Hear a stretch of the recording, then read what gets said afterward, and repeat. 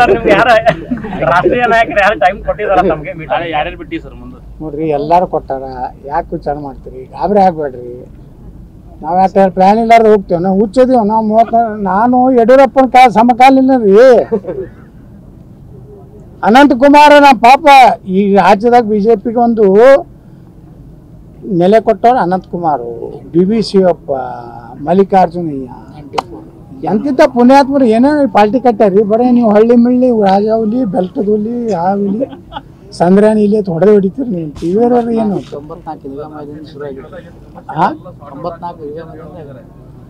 94 ವಾರದಲ್ಲಿ ಎಲ್ಲ ಬಗೆಹರಿತದೆ. ಶಾರ್ಟ್ ಅಂದ್ರೆ ವಿಜೇಂದ್ರ ಹೋದ್ರೆ ಎಲ್ಲ ಶಾರ್ಟ್ ಆಗ್ತಾವ. ಅದೇ ಹೇಳ್ಯಾರ ನೀವು ತಪ್ಪು ಒಳ್ಳೇದಾಗಲಿ, ಅವ ಒಳ್ಳೇದಾಗಲಿರ್ತದೆ ಅಂತಾರತ್ತಾನ. ಹಂಗೆ ಹೇಳ್ತಾನ್ರ. ಸಮಾಧಾನ ಆಗ್ತದೆ ಎಲೆಕ್ಷನ್ ಎಲೆಕ್ಷನ್ ಮುಗಿದ ನಂತರ ನಿಮ್ಗೂ ಸಮಾಧಾನ ಬಣದಿಂದ ಎಷ್ಟು ಡ್ಯಾಮೇಜ್ ಆಗ್ಬೇಕು ಆಲ್ರೆಡಿ ಆಗಿ ಹೋಗಿದೆ ಅಂತಾನೆ ಹೇಳಿದಾರೆ.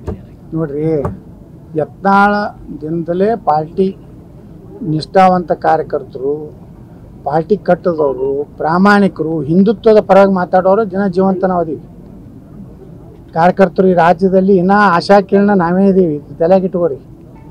ಯತ್ನಾಳ ಮುಖ್ಯಮಂತ್ರಿ ಆಗ ಸಾಮಾನ್ಯ ಜನರಿಗೆ ಹೋಗಿ ಕೇಳ್ರಿ, ಹೇಳ್ತಾರೆ. ಯಾಕೆ ಹೇಳ್ತಾರ?